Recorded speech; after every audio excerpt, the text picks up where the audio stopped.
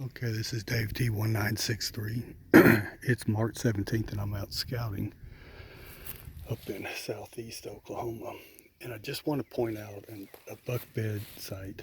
Um, this is about as good as the sign you're going to find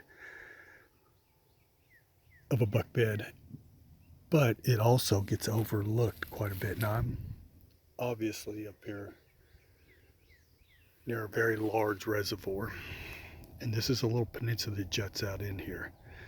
Now, one of the things I've found, and I hear a lot of people ask, well, deer bed out into the peninsula? And the answer is yes, if there's a good escape. In this case, the water's too deep and they would have to swim for a quarter of a mile, so they're not going to bed out on that peninsula. The buck's bedding right here. Now, there is not one predominant bed right here, but if you look closely, this ground is relatively bare compared to everywhere else around here. But what clued me in on this is the subtle little things. You wouldn't think a deer would rub on a cedar that's, a good 18 inches in diameter, but that is a rub, folks. And how you can tell is if you look right here, that limb's broken off, that limb's broken off, the bark is all roughed up. It's just obvious that he comes in here and rubs. So that was my first clue. The second one is, with that deer bedded right here, this is where the walk-in trail is over here. He's got a classic view of anything coming up this draw. And it's so thick in here, this is exactly where 99% of the people, if they even come back here, will walk. And he's watching that.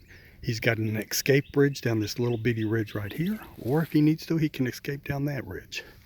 This is a classic buck bedding site. Let's see what else we can find around here. I just walked in here. Here's obviously another little rub area.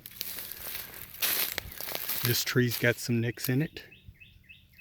Okay. Oh, look at this tree right here. Very subtle, but he's been rubbing his horns on here. These aren't aggressive rubs. This is this mature buck's bedding area. And so he's not aggressive in his bed.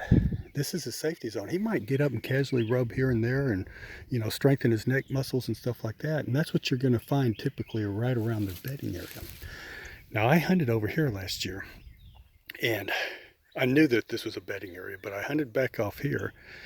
And at the end of one evening, the wind shifted, so the hunt was kind of over. So I went ahead and walked right here, and I actually jumped a buck right over here. So, I knew this spring I was definitely coming in here.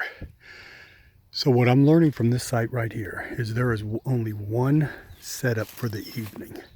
I'm going to have to come in from over here with a south wind and set up over in here out of this buck's site, more in the hardwoods instead of being further down that way. Or how I really think I'm going to hunt this one, I'm going to get up in that tree right there with the south wind, and I'm going to come in from the lake. I really think the buck's going to either come down this ridge or this ridge. I don't think he's going to travel much up where the humans travel a lot. Okay, he might cut across there, and if he does, he's definitely going to bust my wind. But I think in the morning, he's going to want to come in here to bed. So with the south wind, I have to believe he's going to be coming up this ridge to bed. And by setting up in this tree right over here, I can get set up. Now, I might not get him on his morning approach. Okay, folks, that's one of the things you got to learn about morning hunting is sometimes you set up to where you wait till about 9 o'clock when he gets back up.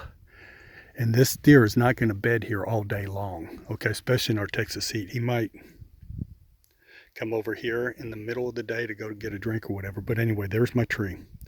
It's going to be a very tight thing. I'm within, 45 yards of his bed.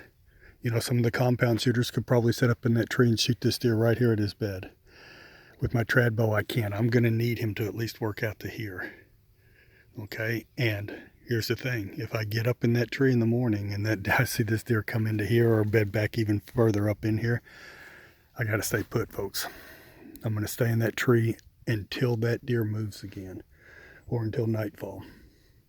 All right, so this is a typical setup. I just wanted to point this out. Everyone's always looking for these well-depressed beds. And, you might find that in farm country. You might find that up in the cattail and the marshes. typically what I find out in the what I'll call 50% woods, 50% brush type habitat, and occasional cow pastures and stuff, that land typical around lakes is they don't bed in the same bed. They just do not. Now this is one where I can definitely see this deer spends a lot of time in here. And my guess is, quite honestly, he's bedding here with that south wind, watching his downwind side and having the lake and the peninsula and the wind cover his backside.